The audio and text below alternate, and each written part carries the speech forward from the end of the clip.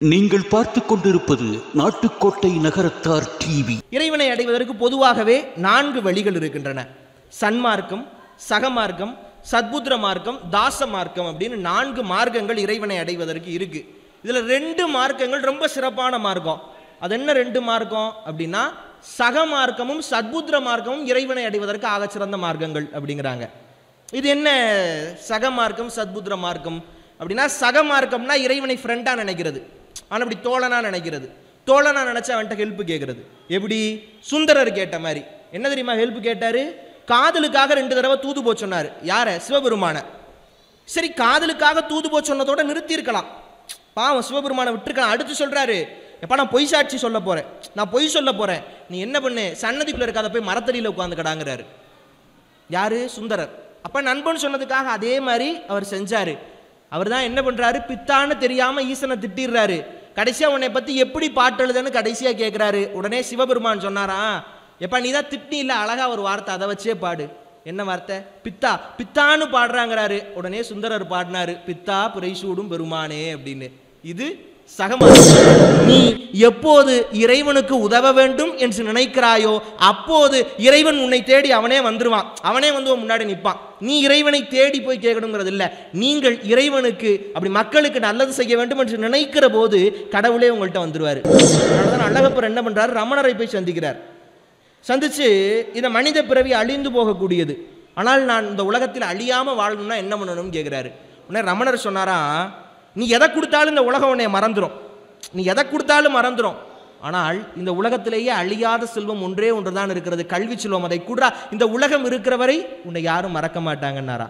உடனே அழகப்பர் என்ன பண்றாரு, வந்து கல்வி நிலையங்களை கட்டுறாரு. தான் சொல்லுவாங்க, ஒரு நாள் அழகப்பர் வீட்டுக்குள்ள உட்கார்ந்துருக்கிறார். வந்து பெண்களுக்காக ஒரு கல்வி நிலையம் கட்டணும்னு கேட்குறாங்க. உடனே அழகப்பர் என்ன பண்றாரு, எதை கொடுக்கறதுன்னு தெரியல, வந்தவர்களை கையை பிடிச்சி வேகமா கூட்டிட்டு வெளியில போயிடுறாரு. வெளியில போய், இதோ இந்த வீடு இருக்குல்ல, அதை எடுத்துக்கங்கப்பா அப்படிங்கிறார். பாருங்க, கோடி கொடுத்த கொடைங்கன் குடியிருந்த வீடும் கொடுத்த விழுத்தெய்வம் வள்ளல் அழகப்பர். தான் முடியரசன் பாடினாரு, அள்ளி அள்ளி வழங்குதற்கு கையை ஈந்தான், அழகாக பேசுதற்கு வாயை ஈந்தான், உள்ளம் எனும் ஒரு பொருளை உரத்துக்கு ஈந்தான், உயிரினையும் கொடு நோய்க்கே ஈந்தான், அந்தோ வெள்ளம் என வருநதியும் வாழும் வீடும் வினை முயற்சி அத்துணையும் கல்விக்கின்றான், உள்ளதென ஒன்றில்லை அந்த போதும் உயிர் உளதே கொள்கவென சாவுக்கின்றான் அப்படின்னு பாடினார் இல்லையா?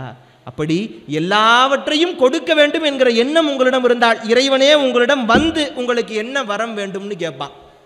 ஜோதிட சிம்மம் ஜி டிவி புகழ் திரு சுவாமி கண்ணன் பட்டாச்சாரியா தலைமையில் ஆன்மீக சுற்றுலா சிவம் யாத்ரா சர்வீஸ் வழங்கும் திருக்கையிலாயம், முக்திநாத் மற்றும் சார்தாம் யாத்ரா. மாதம் ஒரு குழு. தொடர்பு கொள்ள சிவம் செந்தில் வேலவன். வைர நகைகளின் வியாபார சாம்ராஜ்யம் KNC Diamonds, Carat and carrot.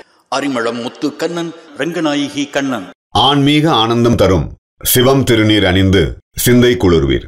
உங்கள் வாழ்வு சிறக்க சிவம் திருநீர் அணிவீர். அரசியோடு சீதனமாய் புலிச்சோழ நாடடைந்து புகழேந்தி வந்திருந்தான். நக்கீரன் நப்பூதன் நன்னாகன் நப்பசலை ஒக்கூர் மாசாத்தி சிலம்படுத்த தக்கோன் இளங்கோ அனுபவித்து காதல் அள்ளி மணக்க விடும் திரிகூட ராசப்பர். தேரழுந்தூர் கம்பனுக்கே ஆண்பாலும் தேனும் அரம்பை முதல் முக்கணியும் தந்து வளர்த்து தமிழ் வளர்த்த சடையப்பர். காவலர் மூவருமே காத்திருந்த வாயிலுக்கு காவல நாம் ஏகம்பன் கவியரசி அவன் மனைவி. எத்தனை பேர் எத்தனை பேர், எல்லாம் தமிழ் வடிவம். காதலாகி கசிந்து கண்ணீர் மழ்கி ஓதுவார் தம்மை நன்னறி குய்ப்பது, வேதம் 4லும் மெய்ப்பொருளாவது, நாதன் நாமம் நம சிவாயவே.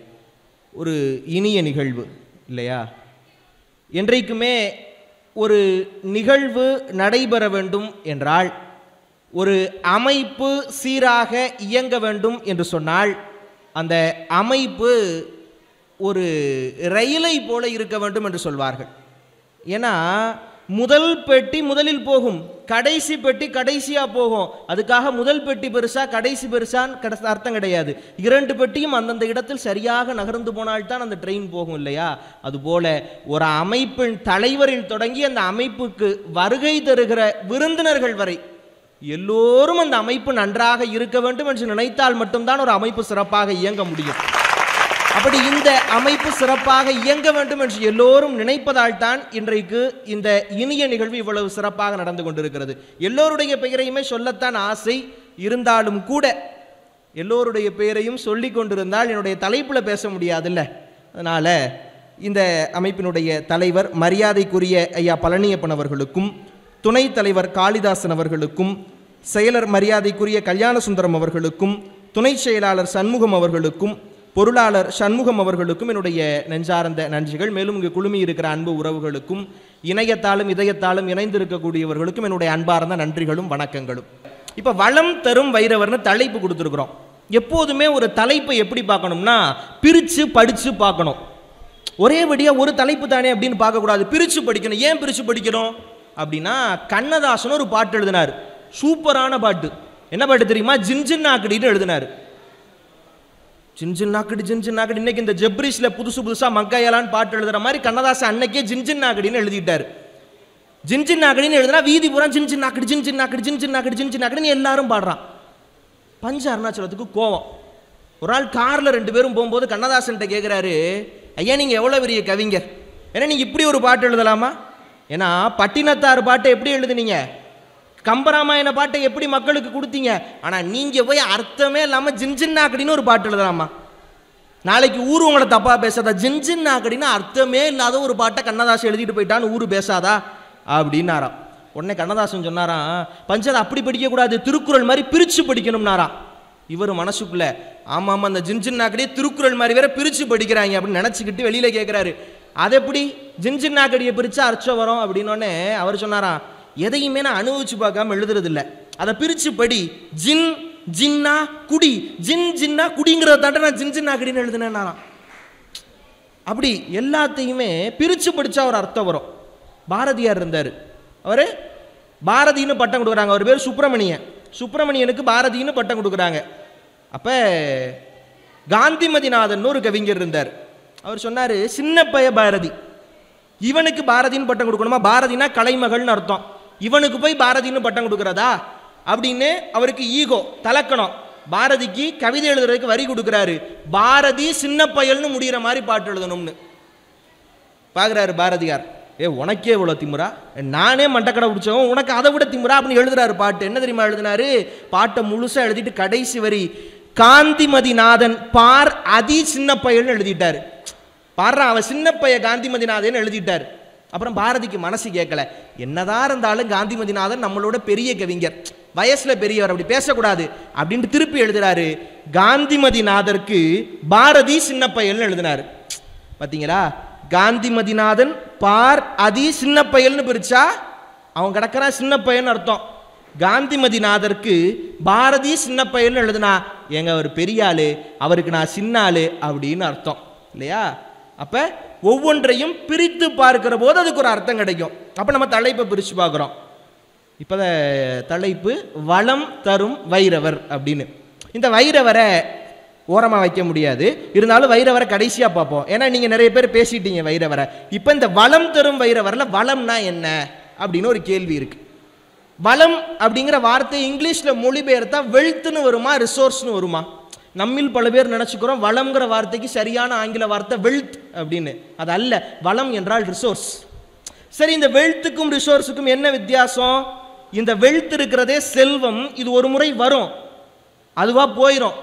அது போச்சுன்னா ஏன் போணுச்சுன்னு கேட்க முடியாது, வந்துச்சுன்னா ஏன் வந்துச்சுன்னு கேட்க முடியாது. ஆனால் இந்த ரிசோர்ஸ் இருக்கே அப்படி அல்ல. இப்போ எளிமையாக ஒரு விளக்கம் சொல்லணும்னா, ஒரு மரம் ரிசோர்ஸ், அதிலிருந்து கிடைக்கிற பழம் வெல்த். இந்த மரம் இருந்துச்சுன்னா எத்தனை தடவை வேண்டாலும் பழத்தை பிடுங்கி பிடுங்கி சாப்பிட்டுக்கிட்டே இருக்கலாம். அப்போ கடவுள்கிட்ட போய் செல்வம் என்கிற பழத்தை கேட்கக்கூடாது, ரிசோர்ஸ் என்கிற மரத்தை தான் கேட்கணும். ஏன்னா பழத்தை நீங்கள் வாங்கிட்டீங்கன்னா திரும்ப திரும்ப பழத்துக்கு அவன்கிட்ட தான் போய் நிற்கணும். மரத்தை நீங்கள் ஒரு தடவை வாங்கிட்டீங்கன்னா பழத்தை நம்மளே பிடுங்கி சாப்பிட்டுக்கலாம். அதான் வளம் இல்லையா? இதைத்தான் இறைவன்கிட்ட போய் கேட்கணும். சரி, ரொம்ப சிம்பிள். இந்த மரத்தை போய் இறைவன்கிட்ட கேட்டுடலாமே. வனத்தை பற்றி நீ சொல்லிட்ட, வைரவரை பற்றி முன்னாடி 30 பேர் சொல்லிட்டாங்க, பேசிட்டு இறங்குப்பான்னு நீங்கள் கேட்கலாம். இங்கே தான் ட்விஸ்ட்டு. அப்படி போய் ஈஸியாக கேட்ட முடியாது. ஏன்னா உலகத்திலேயே கஷ்டமான விஷயம் வரம் கொடுக்கறது இல்லை, வரம் கேட்கறது தான். ஏன்னா ஒரு வரம் எவ்வளவு சிறப்பானது என்பது கொடுப்பவரை பொறுத்து அல்ல, அதை கேட்பவரை பொறுத்தது இல்லையா? அப்ப வரம் எப்படி கேட்கணும் அப்படின்னா, வரம் ரொம்ப வித்தியாசமாக கேட்பாங்க. இறையன் ஒரு புத்தகம் எழுதினார், துரோகத்தின் சுவடுகள்னு. அந்த புத்தகத்தில் ஒரு கதை, ரொம்ப சுவாரஸ்யமான கதை. ஒருத்தன் என்ன பண்றான், கடவுளை நோக்கி கடுமையாக தவம் இருக்கிறான். 25 வருஷம் தவம் இருந்துட்டான். அப்படியே அவனை சுற்றி புத்தெல்லாம் கட்டி கடவுள் கண்களையும் வந்துட்டாரு. 25 வருஷமா தவம் இருக்காண்டா, என்னமாவது இவனுக்கு பண்ணணும் இறங்கி வர்றாரு. அது எப்போ உனக்கு என்ன வேணும் அப்படின்னு கேட்குறாரு. அவன் கேட்குறான், சாமி நான் என்ன கேட்டாலும் எனக்கு கிடைக்கணும், அப்படி ஒரு வரத்தை கொடு அப்படின்னு கேட்குறான். ரிசோர்ஸை கேட்க சொன்னேன், அவன் கடவுளையே கேட்குறான், என்ன கேட்டாலும் எனக்கு கிடைக்கணும் அப்படின்னு கேட்குறான். அப்போ அவர் சொல்கிறாரு, சரி நான் உனக்கு கொடுத்துட்றேன், ஆனால் ஒரு கண்டிஷன். ஏன்னா எந்த ஒரு வரமும் கண்டிஷன் இல்லாமல் வழங்கப்படாது. எல்லா வரத்துக்கும் ஒரு கண்டிஷன் உண்டு, ஓ வரத்துக்கு ஒரு கண்டிஷன். இவன் யோசிச்சு பார்க்குறான், சரி நமக்கு தான் எல்லாம் கிடைச்சிடுமே, என்ன கண்டிஷன் வந்தால் என்ன, சரி சொல்லுங்க கடவுளேங்கிறான். கடவுள் சொன்னாராம், எப்படி என்ன கேட்டாலும் உனக்கு கிடைக்கும். இப்போ நீ ஒரு வீடு கேட்குற அப்படின்னா உனக்கு ஒரு வீடு கிடைச்சிடும், அதில் எந்த பிரச்சனையும் இல்லை. ஆனால் உன் பக்கத்து வீட்டுக்காரர் இருக்கான் பாரு, அவனுக்கு 2 வீடு கிடைக்கும். இப்போ நீ ஒரு காரு கேட்குறேன்னு வையி, உனக்கு ஒரு காரு கிடைச்சிடும், ஆனால் பக்கத்து வீட்டுக்காரனுக்கு 2 காராக கிடைக்கும். இப்படி கடவுள் சொல்கிறார். இவன் யோசிச்சு பார்க்குறான், சரி தொலைஞ்சு போகுது, நமக்கு வரம் கிடைச்சா சரின்னு கடவுள்கிட்ட வாங்கிட்டு வந்துடுறான். டெஸ்ட் பண்ணி பார்க்குறான், ஏன்னா கடவுள் மேலே நம்பிக்கை இல்லை அவனுக்கு, வந்தது கடவுளா வேற யாருமான்னு டெஸ்ட் பண்ணி பார்க்குறான். எனக்கு ஒரு வீடு வேணும் அப்படிங்கிறான், வீடு வந்துருச்சு. அதை அவன் சந்தோஷப்படலை, எட்டி போய் பக்கத்து வீட்டுக்காரனை பார்க்குறான், அவனுக்கு 2 வீடு வந்துருச்சு. எனக்கு ஒரு கார் வேணும்னு வேண்டாம், ஒரு கார் வந்துருச்சு. அதை பார்க்கல, பக்கத்து வீட்டுக்காரனை பார்க்குறான், 2 கார் நிற்குது. இப்போ இவன் ஃப்ரெண்டை கூப்பிட்றான், எப்பா இந்த மாதிரி வரம் இருந்து தவம் இருந்து வரம் கிடச்சிச்சு, கடவுள் இப்படி சொன்னார், 2 பேரும் சேர்ந்து சந்தோஷம் தானே படணும். இப்போ 2 பேரும் சேர்ந்து கஷ்டப்பட்டு தவம் இருந்தது நான், பக்கத்து வீட்டுக்காரனுக்கு 2ஆக கிடைக்கலாமா, கூடாது, ஏதாவது ஒரு சூழ்ச்சி பண்ணி இதை நிறுத்தணும் அப்படின்ட்டு 2 பேரும் நைட்டு உட்காந்து பிளான் பண்ணுறாங்க. காலையில் 2 வரம் கேட்டுட்டான். கேட்டுட்டு தூங்குறவன் காலையில் எந்திரிச்சு பார்க்குறான், ஒரு கண்ணு இவனுக்கு தெரியல. வீட்டு வாசலில் ஒரு கிணறு. வர எப்படி வாங்கியிருக்கான் பாருங்க, இவனுக்கு ஒரு கண்ணு தெரியல, வீட்டு வாசலில் ஒரு கிணறு. பக்கத்து வீட்டுக்காரனுக்கு 2 கண்ணும் தெரியல, வீட்டு வாசலில் 2 கிணறு, உள்ளே விழுந்துட்டான். தவம் இருந்தது இவன், வர வாங்கினது இவன். அவன் தவமும் இருக்கல, வரமும் வாங்கல, அவன் பாடு நிம்மதியாக தான் இருந்தான். பாருங்க, மனிதன் மனம் எவ்வளவு கொடூரமானதாக இருக்கிறது. நமக்கு கிடைக்குதே அப்படிங்கிறதுக்காக அவன் சந்தோஷப்படலை, பக்கத்தில் இருக்கவனுக்கு கிடைக்கக்கூடாது அப்படிங்கிறத தான் அவன் நினைச்சான். அப்போ உலகத்திலேயே வரம் கொடுப்பதை விட கஷ்டமான காரியம் வரம் கேட்கறது தான். வரம் எப்படி கேட்கணும் அப்படின்னு இருக்கு. ஏன்னா தங்க கடையில் போய் 1/2 கிலோ தக்காளி கொடுங்கன்னு கேட்க முடியாது. அப்போ வரம் எப்படி கேட்கணும், யார்கிட்ட கேட்கணும் அப்படிங்கிறதெல்லாம் இருக்கு. அதான் ஒரு கதை சொல்லுவாங்க, காசியில் ஒரு ராணி இருந்தாங்களாம். அவங்க ரொம்ப நாளாக திருமணமே பண்ணிக்கலையா. அப்போ ஏன் நீ திருமணமே பண்ணிக்கல, யாரை நீ திருமணம் பண்ணிக்குவ அப்படின்னு அவங்க அப்பா கேட்கும் போது அவங்க சொன்னாங்களாம், அந்த ஜில்லுன்னு ஐஸ் கட்டி மாதிரி இருக்க தண்ணியில் நின்று எவன் விடிய காலை 4 மணிக்கு நமச்சிவாய நமச்சிவாயன்னு சொல்லிக்கிட்டே இருக்கானோ அவனைத்தான் நான் கட்டிக்குவேங்கிறாங்க. இதை வீட்டுக்கு திருட வந்த ஒரு திருடன் கேட்டுறான். அவன் என்ன பண்ணானா, இந்த ராணி ராஜாவெல்லாம் வர்ற நேரத்துக்கு மறுநாள் காலையில் 3 மணிக்கு தண்ணிக்குள்ளே போய் நின்று நமச்சிவாய நமச்சிவாய நமச்சிவாய நமச்சிவாயன்னு சொல்லிக்கிட்டு இருந்திருக்கிறான். ராஜா இளவரசி எல்லாரும் வந்துட்டாங்க. பார்த்தா அடடா சிவனே ஒரு அடியார் அப்படி அனுப்பி வச்சிருக்கிறாரே அப்படின்னு ராஜா போய், இந்த பாருப்பா இந்த மாதிரி என் மக சொன்னா, நீ தான் அதே மாதிரி தண்ணிக்குள்ள நமச்சிவாய நமச்சிவாய நமச்சிவாயங்கிற, நீ என் மகளை கட்டிக்க, நாடு உனக்குங்கிறான். அவன் இல்லை இல்லை வேண்டாம், எனக்கு உன் நாடு வேண்டாம், நான் உன் மகளை கட்டிக்கலைங்கிறான். உடனே இவர், ஏண்டா நீ கிறுக்கனா, பிச்சைக்காரனா இருக்க, பரதேசியா இருக்க, தண்ணிக்குள்ள நமச்சிவாய நமச்சிவாயன்னு கத்திக்கிட்டு இருக்க, என் மகளை கட்டி தர்றேங்கிற, நாட்டை தர்றேங்கிற, ஏன்டா வேண்டாம்னு கேட்குறான். என்ன அவன் சொன்னானா, ஒரே ஒரு நாள் தண்ணிக்குள்ள நின்று ஒரு மணி நேரம் நமச்சிவாய நமச்சிவாயன்னு சொன்னதுக்கு நாடே எனக்கு கிடைக்கும்னா, நான் என் வாழ்நாள் முழுக்க நமச்சிவாய நமச்சிவாயன்னு சொல்லிட்டே இருந்தேன்னா அந்த உலகமே எனக்கு கிடைக்குமேடான் நானா, இல்லையா? அப்போ இறைவனிடம் எதை போய் கேட்க வேண்டும், எப்படி போய் இறைவன்கிட்ட கேட்க வேண்டும் அப்படிங்கிறது இருக்கு. இறைவனை அடைவதற்கு பொதுவாகவே 4 வழிகள் இருக்கின்றன. சன்மார்க்கம், சகமார்க்கம், சத்புத்திர மார்க்கம், தாச மார்க்கம் அப்படின்னு 4 மார்க்கங்கள் இறைவனை அடைவதற்கு இருக்கு. இதில் 2 மார்க்கங்கள் ரொம்ப சிறப்பான மார்க்கம். அது என்ன 2 மார்க்கம் அப்படின்னா, சகமார்க்கமும் சத்புத்திர மார்க்கமும் இறைவனை அடைவதற்கு ஆகச்சிறந்த மார்க்கங்கள் அப்படிங்கிறாங்க. இது என்ன சகமார்க்கம் சத்புத்திர மார்க்கம் அப்படின்னா, சகமார்க்கம்னா இறைவனை ஃப்ரெண்டாக நினைக்கிறது, ஆனால் அப்படி தோழனா நினைக்கிறது. தோழனா நினைச்சா அவன்கிட்ட ஹெல்ப் கேட்கறது. எப்படி சுந்தரர் கேட்ட மாதிரி. என்ன தெரியுமா ஹெல்ப் கேட்டாரு? காதலுக்காக 2 தடவை தூது போ சொன்னார். யார? சிவபெருமான. சரி, காதலுக்காக தூது போ சொன்னதோட நிறுத்தி இருக்கலாம், பாவம் சிவபெருமான விட்டுருக்கலாம். அடுத்து சொல்றாரு, எப்பா நான் பொய் சாட்சி சொல்ல போறேன், நான் பொய் சொல்ல போறேன், நீ என்ன பண்ணு, சன்னதிக்குள்ள இருக்காத போய் மரத்தடியில் உட்காந்துக்கடாங்கிறாரு. யாரு? சுந்தரர். அப்ப நண்பன் சொன்னதுக்காக அதே மாதிரி அவர் செஞ்சாரு. அவர் தான் என்ன பண்றாரு, பித்தான்னு தெரியாம ஈசனை திட்டிடுறாரு. கடைசியா உன்னை பத்தி எப்படி பாட்டு எழுதுன்னு கடைசியா கேட்கிறாரு. உடனே சிவபெருமான் சொன்னாரா, எப்பா நீ தான் திட்டி இல்லை, அழகா ஒரு வார்த்தை, அதை வச்சே பாடு. என்ன வார்த்தை? பித்தா. பித்தான்னு பாடுறாங்கிறாரு. உடனே சுந்தரர் பாடினாரு, பித்தா பிறைசூடும் பெருமானே அப்படின்னு. இது சகமார்க்கம். ஆனால் இதை விட ஒரு அற்புதமான மார்க்கம் இருக்கிறது அப்படின்னா அது சத்புத்திர மார்க்கம்.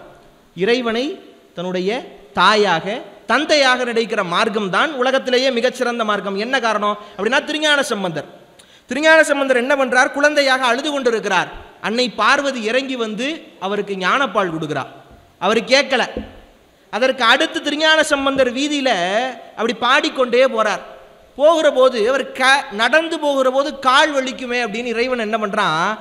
முத்துச்சிவிகை பல்லக்க கொடுக்குறான். அதற்கு பிறகு அவர் என்ன பண்றாரு? கையில தாளம் போட்டு பாடிக்கிட்டே போறாரு. கையில தாளம் போட்டா பிள்ளைக்கு கை வலிக்குமேன்னு என்ன பண்றாரு? தங்கத்தில் தாளம் கொடுக்கிறாரு. தங்கத்தில் தாளம் கொடுக்கிறாரு.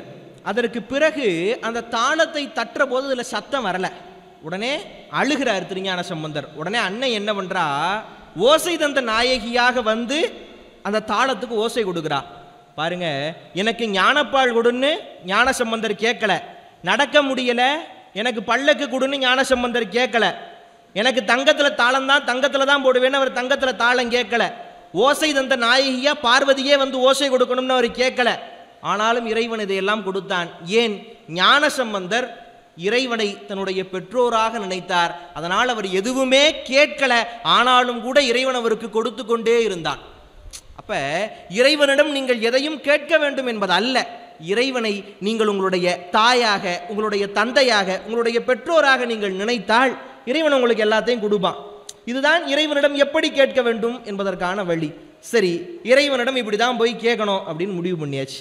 என்ன கேட்கறது?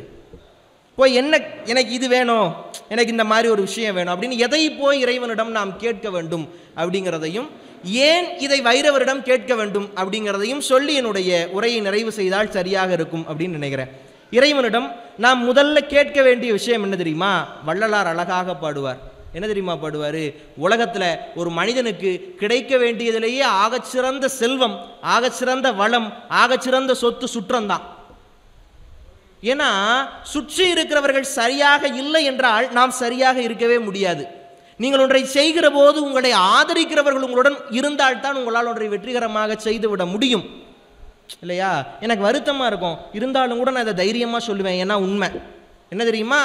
நகரத்தார்களில் ஒரு சிறப்பான சூப்பரான செம்மையான குவாலிட்டி இருக்குது. அவங்க சூப்பராக ஒரு பிஸ்னஸ் பண்ணிட்டு இருப்பாங்க. அந்த பிஸ்னஸை புதுசாக ஆரம்பிக்கிற ஒருத்தர் போய், சார் இந்த மாதிரி இந்த பிஸ்னஸை பண்ணலாமான்னு கேட்கலாம்.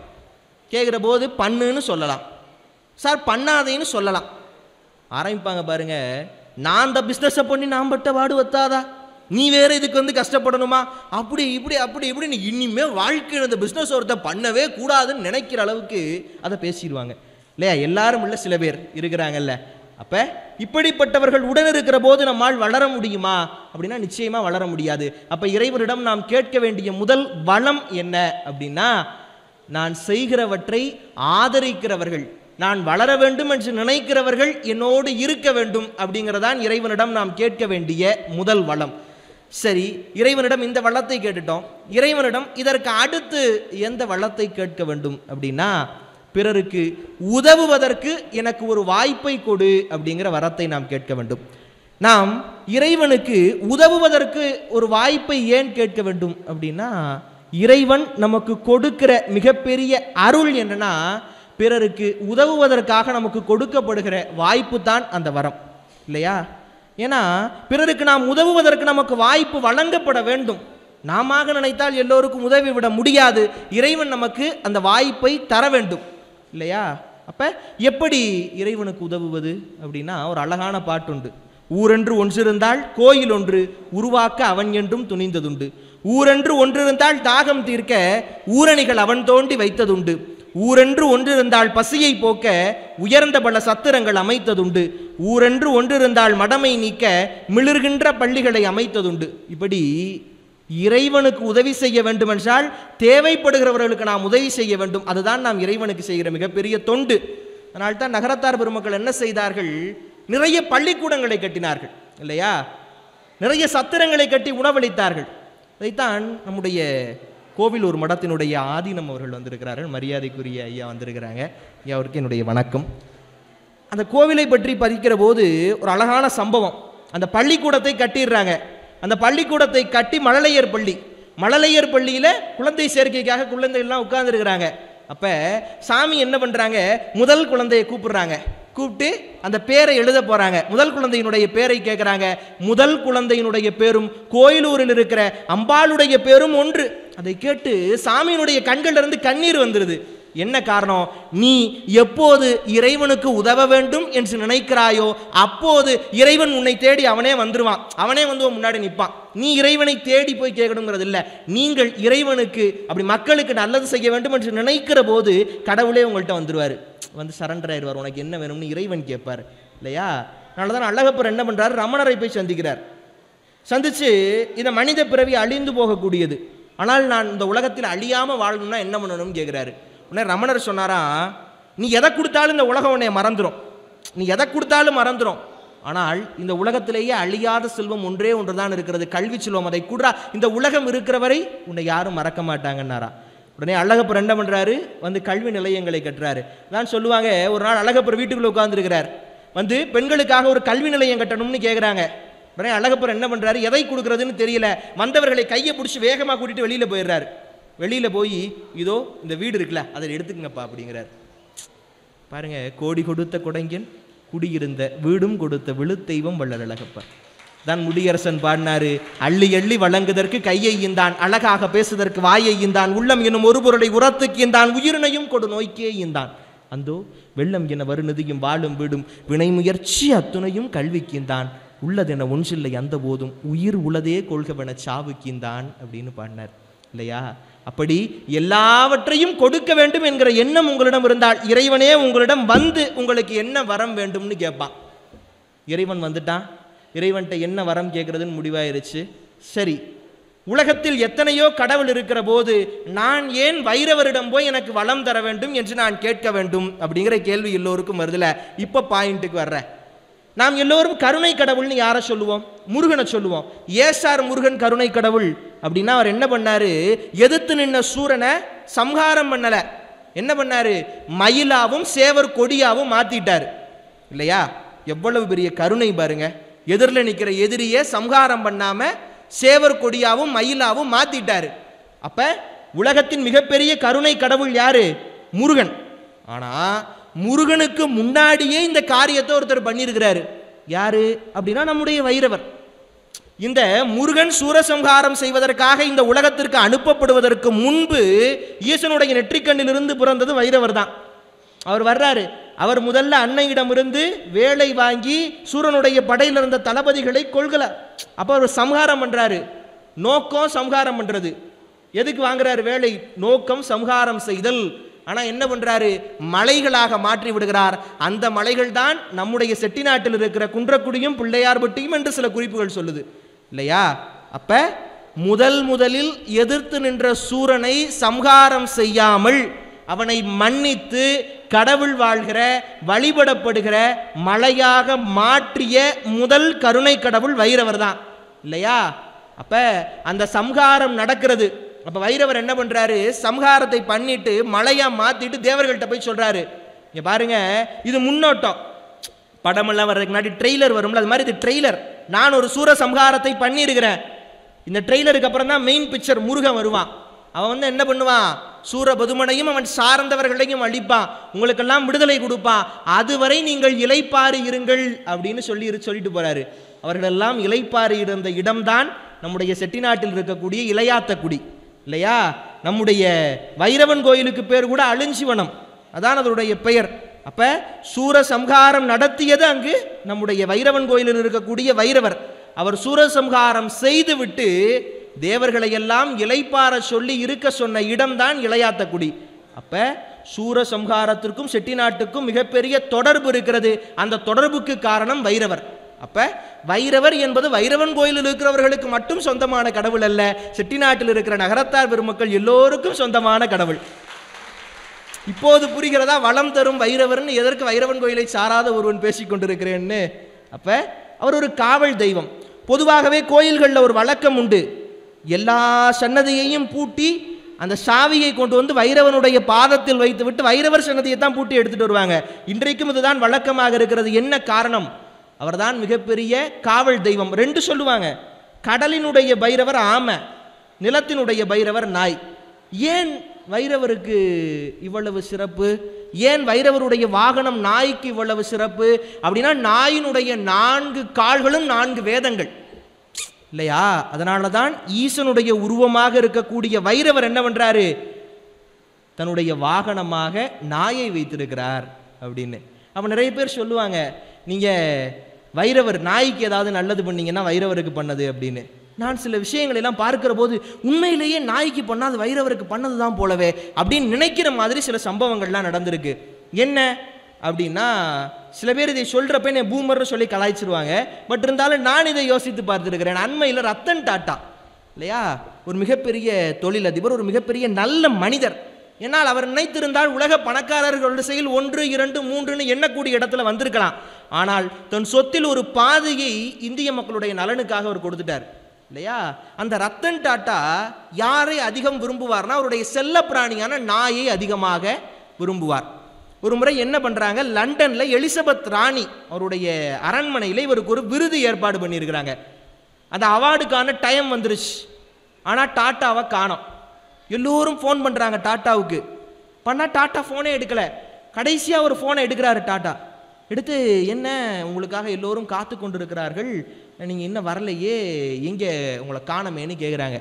உடனே டாட்டா சொன்னாராம், இல்லை நான் ஆசையாக வளர்த்த என்னுடைய நாய்க்கு உடம்பு சரியில்லை, இந்த நேரத்தில் என்னுடைய நாயை விட்டுட்டு என்னால் வர முடியாது, அதனால் இந்த விருதை இன்றைக்கு நாள் வாங்க வர முடியாது, உங்களுடைய அரசருக்கு என்னுடைய வருத்தத்தை சொல்லிடுங்கன்ட்டு ஃபோனை வச்சுட்டார். இப்போ அந்த அரசர்கிட்ட போய் சொல்கிறாங்க, இந்த மாதிரி சொல்லிட்டாங்கன்னு. எல்லாருக்கும் பயம். ஏன்னால் அவ்வளவு பெரிய பொறுப்பில் இருக்கக்கூடியவர், அவ்வளவு பெரிய இடத்தில் இருக்கக்கூடியவர், ஒரு சாதாரண தொழிலதிபர் இப்படி சொன்னதுக்கு எப்படி ரியாக்ட் பண்ண போறாருன்னு தெரியல. உடனே அந்த அரசர் சொன்னாராம், தட் இஸ் டாட்டா. அதனால்தான் டாட்டாவுக்கு இந்த விருது. டாட்டா எப்போதும் தன்னுடன் இருக்கிற குணத்தை துறப்பதே இல்லை. டாட்டா விருது வாங்க வரும்போதும் இப்படி தான் இருப்பார், சாதாரண மனுஷனாக இருந்தாலும் இப்படி தான் இருப்பார். அந்த நாயின் மீது வைத்திருக்கிற அன்பை ஒரு அரசன் கூப்பிட்டாங்கிறதுக்காக ஒரு விடலை பாரு, அதுதான் டாட்டாவின் குணம். இந்த விருதை விட டாட்டாவுக்கு அந்த குணம் தான் உயரியதுன்னாராம் இல்லையா? இப்படிப்பட்ட டாட்டா. சரி, இதுக்கும் வைரவர் வழிபாட்டுக்கு என்னப்பா சம்பந்தம் அப்படின்னு நீங்க கேட்கலாம் இல்லையா? இப்போ அதுக்கு வர்றேன். இப்படி டாட்டா தன்னுடைய செல்ல பிராணியான நாய்கள் மீது பேர் அன்பு கொண்டவராக இருக்கிறார். இப்போ ஒரு ஆள், ஒரு பையன், அந்த பையன் என்ன பண்ணுறான், இந்த சாலையில் திரிகிற நாய்கள்னா ஆக்சிடென்ட் ஆயிடுது. இப்போ அந்த நாய்களை காப்பாற்றணும், என்ன பண்ணலாம் அப்படின்னு யோசிக்கிறான்.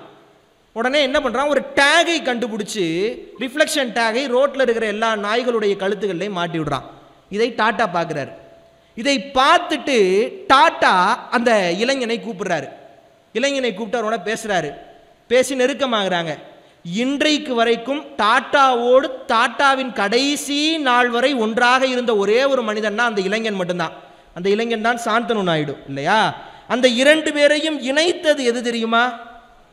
பாவம், சாலையில் நாய்களெல்லாம் கஷ்டப்படுதேன்னு அவன் செஞ்சு போட்ட ஒரே ஒரு டேக் தான் இல்லையா? பாவம். இப்போ பாருங்க, நான் இவ்வளோ மூச்சு முட்டை பேசின பாவம் நீங்கள் யாரும் கைதட்டலை. ஆனால் அவன் என்ன பண்ணியிருக்கான், பாவம் அப்படின்னு நாய்க்கெல்லாம் கழுத்தில் ஒரு டேக் மாட்டி விட்டுருக்கான். அதை பார்த்துட்டு டாட்டா அவனை கூப்பிட்றாரு. அவனுடைய மனித நேயத்தை கடந்த ஆன்மநேயம் டாட்டாவையும் அவனை நண்பனாக்குது. யாருக்கு? 80 வயசு முதியவருக்கு 20 வயசு இளைஞன் நண்பன். எப்போது சாத்தியப்படும்? நீங்கள் உயிர்களை கடந்து, இனத்தை கடந்து ஒரு நாயை கூட நேசிக்க பழகினால் அது சாத்தியப்படும் இல்லையா? அப்போ இதற்காகன்னு கிடையாது, உண்மையிலேயே கூட வைரவர் நமக்கு எதுவும் பண்ணணும் அப்படின்னு. ஏன்னா அது இப்போ ரொம்ப சிக்கலாயிருச்சு. ஏன்னா ஒரு தேங்காயை அர்ச்சனையை வாங்கிட்டு போயிடுறது.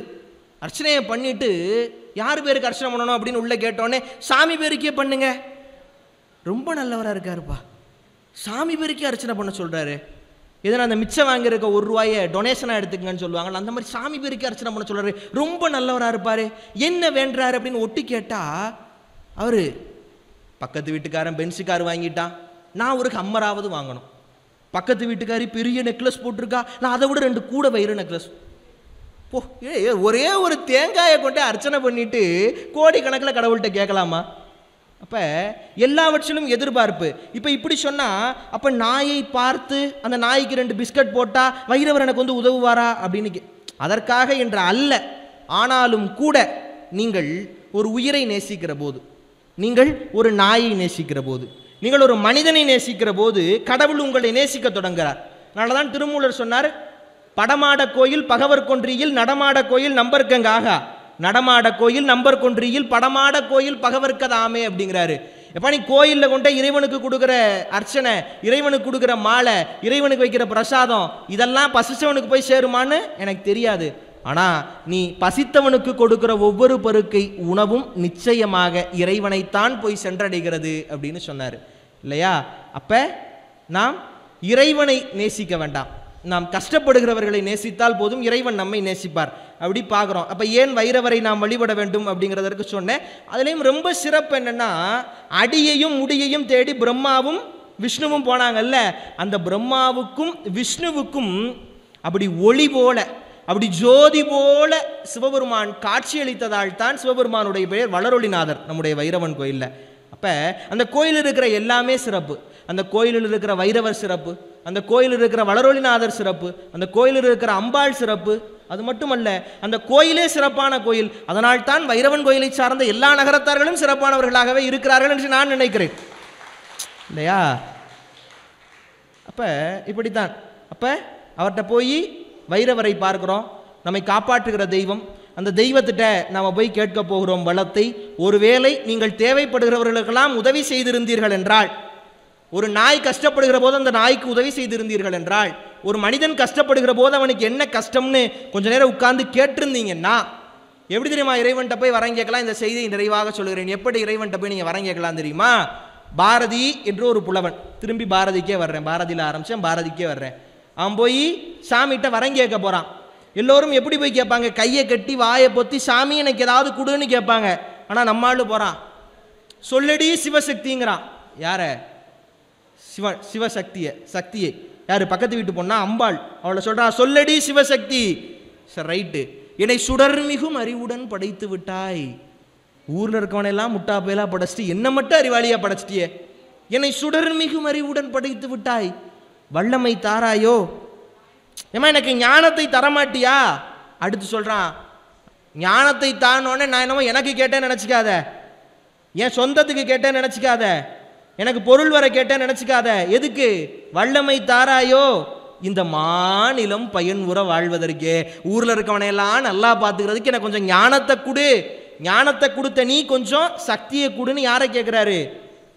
தாயை கேட்கிறாரு. அடுத்து பாடுறாரு, காணி நிலம் வேண்டும் பராசக்தி, காணி நிலம் வேண்டும். சரி காணி நிலம் தானே கேட்கிறாரு பாரதி, கொடுத்துடலாம். அடுத்து கேட்கிறாரு, காணி நிலத்தின் நடுவே ஒரு வீடு வேணுமா? சரி வீடு தானே கேட்கிறாரு, கட்டி கொடுத்துடலாம். பாவம், தேசியத்துக்காக கஷ்டப்பட்ட கவிஞன், அதை நீயே கட்டித்தர வேண்டும். அன்னை யார்? கொத்தனாரா சித்தாளா? நீயே கட்டித்தர வேண்டும். சரி நீ கட்டித்தந்தா மட்டும் பத்தாது, சுத்தி 4 தென்னை மரம் நட்டுத்தர வேண்டும். என்னப்பா சாமி எப்படிலாம் வேலை வாங்குறாரு அப்படின்னா, எப்போது தெரியுமா இந்த துணிச்சல் வரும்? நீங்கள் உண்மையானவராக, நீங்கள் நேர்மையானவராக, நீங்கள் அன்பு வாய்ந்தவராக இருந்தால் இந்த துணிச்சல் வரும். இதே துணிச்சல் நம் செட்டிநாட்டில் ஒரு கவிஞனுக்கு இருந்தது. அவர் தான் பாடுவார் முத்தப்பர். அதனாலதான் அவர் என்ன பண்ணாரு? கலைமகளை நீங்காது இரு அப்படின்னாரு. இல்லையா? இருக்கியான்னு கேட்கல, இருந்துருவேன்னு சொல்லல. என்ன சொல்றாரு? காடு வெட்டி போட்டு கடியை நிலந்திருத்து வீடு கட்டி கொண்டு இருக்கும் வேல்வணிகர் வீடு கட்ட அன்றைக்கு வந்த எங்களம்மாளுக்குமையே என்றைக்கும் நீங்காது இரு. அடுத்த ஆப்ஷனே கிடையாது. இருக்கவா இருக்க மாட்டியெல்லாம் கிடையாது, இரு, இருக்கணும். அடுத்து பாடுறாரு, யவனம் கலிங்கம் தமிழ் சிங்களம் பழைய ஆண்டு முல புவனமெல்லாம் இவர் வர்த்தகம் ஓங்கவும் புண்ணியம் சேர் தவமும் தர்மமும் பொங்க துபச சோழீசர் ஜெயங்கொண்டார் அப்படின்னு முடிகிறார் அந்த பாட்டை. இல்லையா? அப்ப எல்லாவற்றின் மீதும் அவர் வரகவிஞனா இருக்கிறார். அவர் சொன்னதெல்லாம் நடக்குது. பாடுவார் முத்தப்பர் பாடியதெல்லாம் நடக்கிறது என்று சொன்னால், ஏன் பாடுவார் முத்தப்பர் பாடியதெல்லாம் நடந்தது? அவர் நகரத்தார் குலத்தில் பிறந்திருந்ததால் அவர் பாடியதெல்லாம் நடந்தது என்று நான் நினைக்கிறேன். இப்படி பேசுகிற போது ஏதோ சாதிய பற்றில் நான் பேசுகிறேன் என்று தயவு செய்து நினைத்து விட வேண்டாம். நான் ஒருவேளை நகரத்தாராக பிறக்கவில்லை என்றாலும் நான் இப்படித்தான் பேசியிருப்பேன். என்ன காரணம் என்றால், உண்மையிலேயே தொண்டு செய்ய வேண்டும் என்று ஒரு இனம் இருந்தது. உண்மையிலேயே நாட்டு மக்களுக்கு நல்லது செய்ய வேண்டும் என்று ஒரு இனம் இருந்தது. உண்மையிலேயே பள்ளிக்கூடம் அமைத்து குழந்தைகளுக்கு பள்ளிக்கூடத்தில் பாடம் சொல்லிக் கொடுக்க வேண்டும் என்று ஒரு இனம் நினைத்தது. உண்மையிலேயே அன்னசத்திரங்கள் வைத்து உணவளிக்க வேண்டும் என்று ஒரு இனம் நினைத்தது. உண்மையிலேயே ஊருக்கு ஊரணி வெட்ட வேண்டும் என்று ஒரு இனம் நினைத்தது என்று சொன்னால், இந்த உலகத்திலேயே இன்றைக்கும் நான் மார்தட்டி சொல்லுவேன், உலகத்தின் 5 இனங்களின் பட்டியங்களை எடுத்தால் அந்த பட்டியலில் யூத இனம் வரும், அதற்கு பிறகு நகரத்தார் இனம் வரும் என்பதை நான் சொல்லுகிறேன். ஏதோ வாய் பேச்சுக்காக நான் சொல்லவில்லை, வரலாற்று பூர்வமாக சொல்லுகிறேன். அப்ப நகரத்தார்கள் சொல்லிக் கொடுத்த மாண்பை, நகரத்தார் இனம் நமக்கு கற்றுக் கொடுத்த அன்பை, எப்படி வருமானத்தில் சாப்பிடக்கூடாது, வட்டியில் சாப்பிடணும்னு சொல்லி கொடுத்தாங்க இல்லையா? எதற்காக அந்த சாப்பாட்டு இருக்கும் அதுக்கு பக்கத்தில் வைக்கிற சின்ன கிண்ணத்துக்கு பேர் வட்டி. என்ன காரணம்னா, நாம் முதல்ல எடுத்து சாப்பிடக்கூடாது, எப்போதுமே வட்டியில் எடுத்து தான் சாப்பிடணும். இதைத்தான் இன்றைக்கு நமக்கு எக்கனாமிக்ஸ் சொல்லி கொடுக்கிறது. முதல்ல இருந்து எதையும் எடுக்காதீங்க, வர்ற லாபத்திலிருந்து எடுக்கன்னு சொல்லி, இதைத்தான் இன்றைக்கு வட்டியில் சாப்பிடணும்னு சொன்னாங்க. குழம்பு கொஞ்சமாக இருந்தால் கரண்டியை சின்னமாகவும், குழம்பு அதிகமாக இருந்தால் கரண்டியை பெருசாகவும் போட்டு கொடுத்ததை விட என்ன பெரிய MBAவை நாம் படிச்சிட்டோம் இல்லையா? இருக்கிறது. ஒருவரை திட்டுகிற போது கூட அரசாளுவான் என்றும் பட்டில் கிடப்பான் என்றும் பேசியதை விட என்ன பெரிய மனித மாண்பை இந்த உலகம் நமக்கு கற்றுக் கொடுத்து விட்டது. திருப்பூட்டுதல், எல்லோரும் தாலி கட்டுதல் என்று சொல்லிக் கொண்டிருந்த காலத்தில் திருப்பூட்டுதல் என்று மங்களத்தை சேர்த்ததை விட வேறு என்ன பெரிய உலகத்தில் மங்களகரமான வார்த்தைகளை நாம் சொல்லிவிட்டோம் இல்லையா? பலரும் பேசுகிற போது என்னிடம் கேட்பார்கள், உங்க ஊர்ல இருக்கிற எல்லோருக்கும் லகர வராதான்னு கேட்பாங்க இல்லையா? அழகப்பனை ஏன்பா தப்பா உச்சரிக்கிறீங்கன்னு கேட்பாங்க. அழகப்பன் தான் பேரு, சிறப்பு லகரம். ஆனால் நம்ம ஊரில் யாரும் அழகப்பன்னு சொல்கிறதில்ல, அழகப்பன்னு சொல்கிறோம். பல பேரும் இதை பெரிய குற்றமாக கண்டுபிடிச்சி வந்து கேட்பாங்க, ஏன்பா நீங்கள் அழகப்பன்னு சொல்லாமல் அழகப்பன்னு சொல்கிறீங்க அப்படின்னு. செட்டிநாட்டில் மங்கள வழக்கு இருக்கிறது. என்ன, அழ என்றால் அழுகிற கண்ணீரையும் குறிப்பதால் அவரை அழகப்பன் என்று சொல்லாமல் அழகப்பன் என்று சொன்னார்கள். அப்போ பேசுகிற போது கூட மங்கள வழக்கை சொல்லிக் கொடுத்தது இந்த இனம் என்று சொன்னால், ஒருவேளை நீங்கள் நகரத்தாரிடம் சொல்லிக் கொடுத்த எல்லா பண்புகளையும் பின்பற்றி ஒரு நல்ல மனிதராக வாழ்ந்தால், நீங்கள் வைரவரிடம் போய் நின்றால் போதும், அந்த வைரவரே இறங்கி வந்து எப்பா உனக்கு என்ன வர வேணும் என்று கேட்பார் என்பதில் எந்த சந்தேகமும் இல்லை. அப்ப காவல் தெய்வமாக, உலகத்தில் கருணை தெய்வமாக, சூரசம்ஹாரத்திற்கு முன்னோடியாக இருக்கிற வைரவர் தான் உலகத்திலேயே வளங்களை தருவதற்கு ஆகச்சிறந்த தெய்வம் என்று கூறி, அந்த வைரவரிடம் தூய்மையான எண்ணத்தோடு நாம் வேண்டினால் நிச்சயமாக அவர் வளம் தருவார் என்று கூறி, இத்தனை நேரம் நான் பேசியதை கேட்ட அத்துணை பெருமக்களுக்கும் என்னுடைய நெஞ்சார்ந்த நன்றிகளையும், இன்றைக்கு 1ஆம் ஆண்டை காணுகிற இந்த அமைப்பு இன்னும் பல்லாயிரத்தாண்டு நீடித்து நிலைக்க வேண்டும் இல்லையா? ஏன்னால் ஒரு அமைப்பினுடைய வெற்றி இன்னும் 1000 ஆண்டுகள் கழித்தும் இந்த அமைப்பு இருந்தால்தான். அப்படிப்பட்ட ஒரு வெற்றிகரமான இந்த அமைப்பாக இந்த அமைப்பு மாற வேண்டும் என்று வளம் தரக்கூடிய வைரவரை வேண்டி, நல்லாவின் பால் முழுதும் கன்றிருக்கில்லை, நரும்பூவின் மனம் முழுதும் சோலைக்கில்லை, நெல்லாகும் பயிர் முழுதும் நிலத்துக்கில்லை, நிறைகின்ற நீர் முழுதும் குளத்துக்கில்லை, பல்லாரும் கனி முழுதும் மரத்துக்கில்லை, பண்ணரம்பு நிசை முழுதும் யாழுக்கில்லை, எல்லாமே பிறர் குலைக்க காணுகின்றேன், என் வாழ்வும் பிறர்க்கென்றே இருத்தல் வேண்டும், வாழ்ந்தால் இப்படி வாழ்வது நினைச்சென ஊரார்க்கென்னை உதாரணம் காட்டு, உலகில் ஒருவன் உத்தமன் இவன் என உயிர்கள் பேசிடும் ஒருநிலை கூட்டு. நன்றி, வணக்கம்.